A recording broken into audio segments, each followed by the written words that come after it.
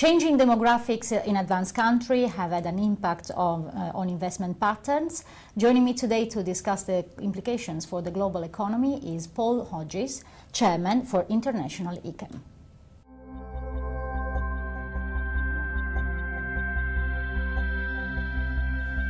Paul, thank you for joining us. Thank you.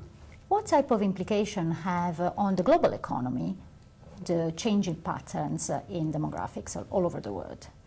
Well, I start from the position that you can have an economy without monetary policy, but you can't have an economy without people.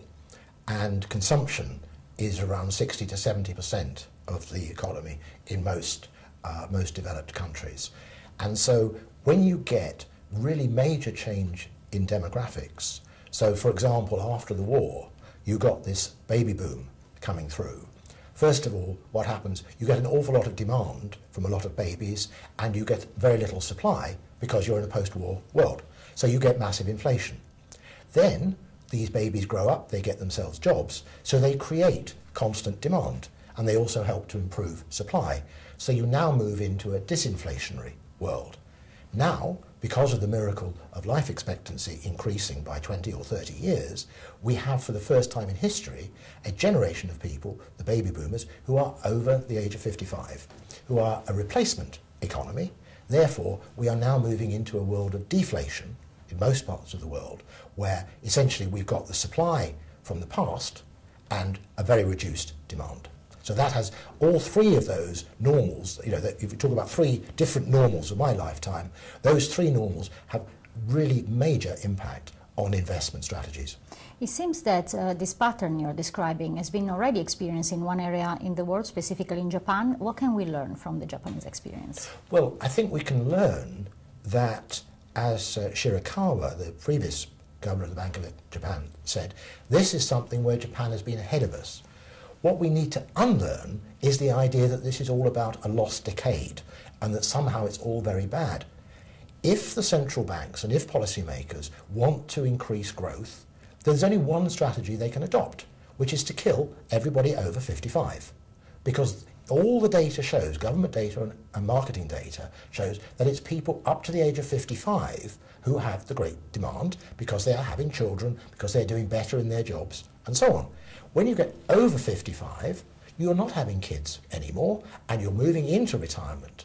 So, on the one hand, we can talk about this as a lost decade, but that's the old normal.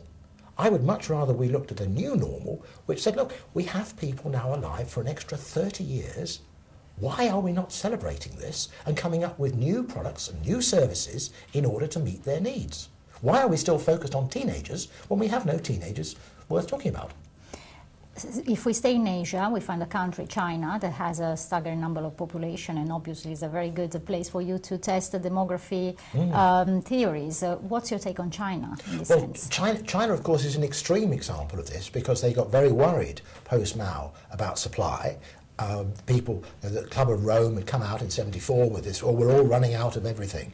And so you went to the one-child policy. So now China is aging very fast. And it has a second problem because of female infanticide, that you have 117 men for every 100 women.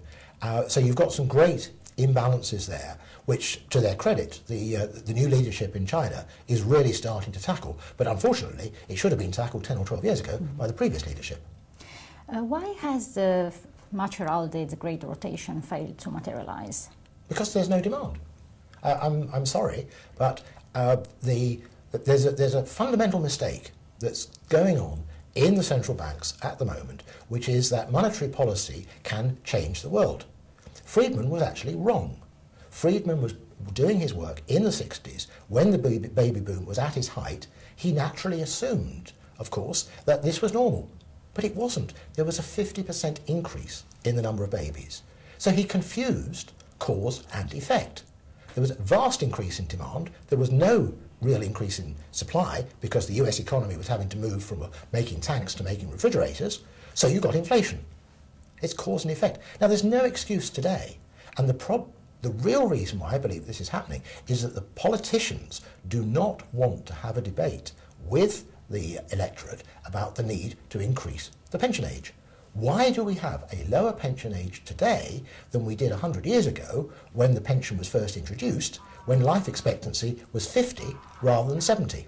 Politicians don't seem to be on the page yet. Do you think corporates are? Yes, I do. I think that corporates are picking this up now quite fast, because what they're realising is that some of the very large companies that we're working with are saying we could easily adjust what we're doing once we get... It's a mindset problem. Once you realise that people over the age of 55 are not only in the market for walking sticks and wheelchairs, they're actually in the market for a whole lot of other things.